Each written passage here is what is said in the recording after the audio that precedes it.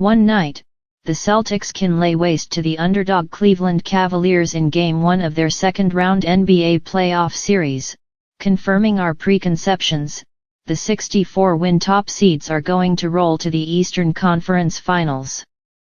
48 hours later, those Cavs can lay waste to the overwhelming favorites in a 118-94 victory, drawing even in the series and forcing us to question everything. Can they actually win this? Maybe I was unwise for falling for the ebb and the flow. Maybe Cleveland's naiveté helped them flip the script from one game to the next by 49 points.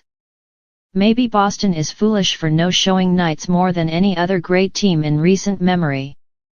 Maybe none of us know anything until it happens. You figure it out, because the Cavaliers are not going to help us. We definitely wanted to get one in Boston, said Cavaliers wing Isaac Okoro, stating the obvious at least after Game 1, before running through his rolodex of sports clichés. We know it's one game. We know we have to protect home court and just take every game, be physical and take it day by day. I like how you threw that in, too, teammate Darius Garland said, tipping his cap to that last platitude. They knew what they were doing. We are all going through this rigmarole, drawing nightly conclusions, when we know it is a 7-game series. The Celtics will have their ups and downs. So will the Cavs. Who do you really believe wins in the end after 2 divergent blowouts? I doubt you've changed your mind. After all, Boston romped the Miami Heat in Game 1 of their opening round series, lost the follow-up by double digits and dominated the next 3 games by a combined 68 points, just as we figured. That Game 2 loss was an anomaly, one in which Miami made a franchise record 23 three-pointers to Boston's 8.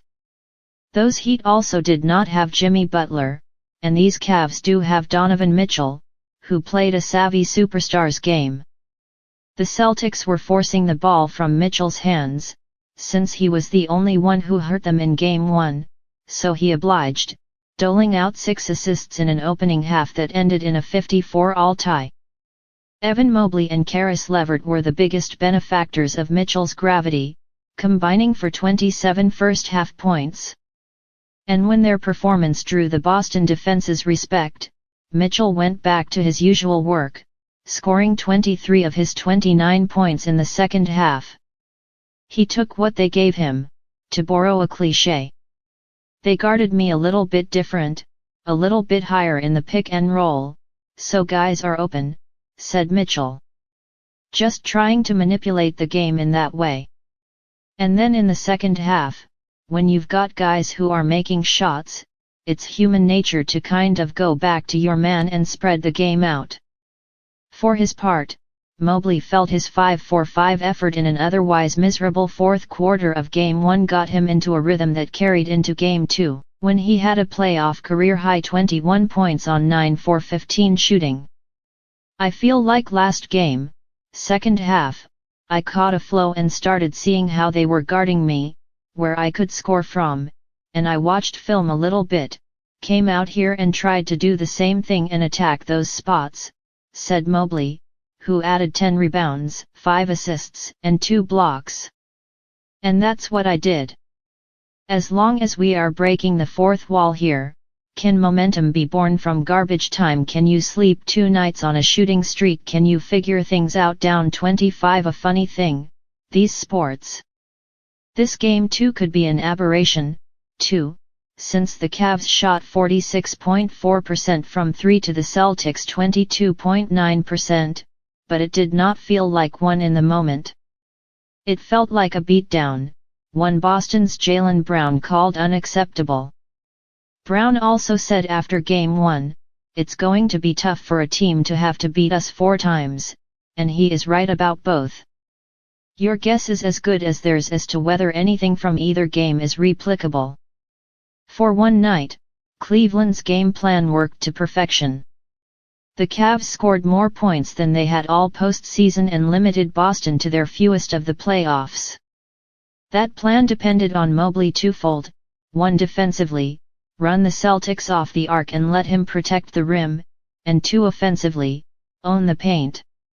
The first part, well, everyone should have known that, and the Cavaliers were quick to admit it. It's a huge benefit to us to have Mobley back there, said Cleveland head coach J.B. Bickerstaff, whose team won its first road game of the playoffs. The trust level from our guys and understanding that he's there makes their job a lot easier and gives them more confidence on the ball versus elite offensive players. The second part Levert might have let that one slip past the cliché machine.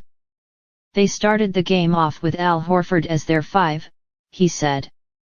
He's their sole rim protector in that unit, and then they have Luke Kornet in the second unit.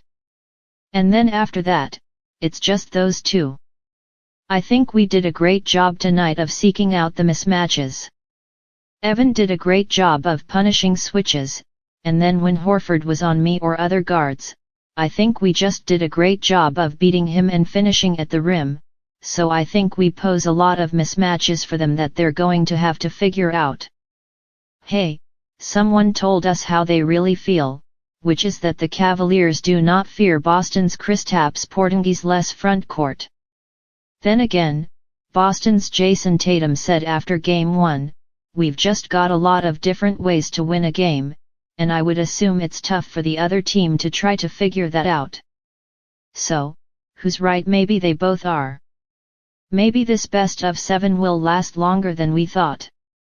We will have a better idea of how this series will play out after Game 3. No more adjustments, then. Just basketball, where anything can happen but the best team usually wins the series. Or not. This is sports. Please subscribe my channel.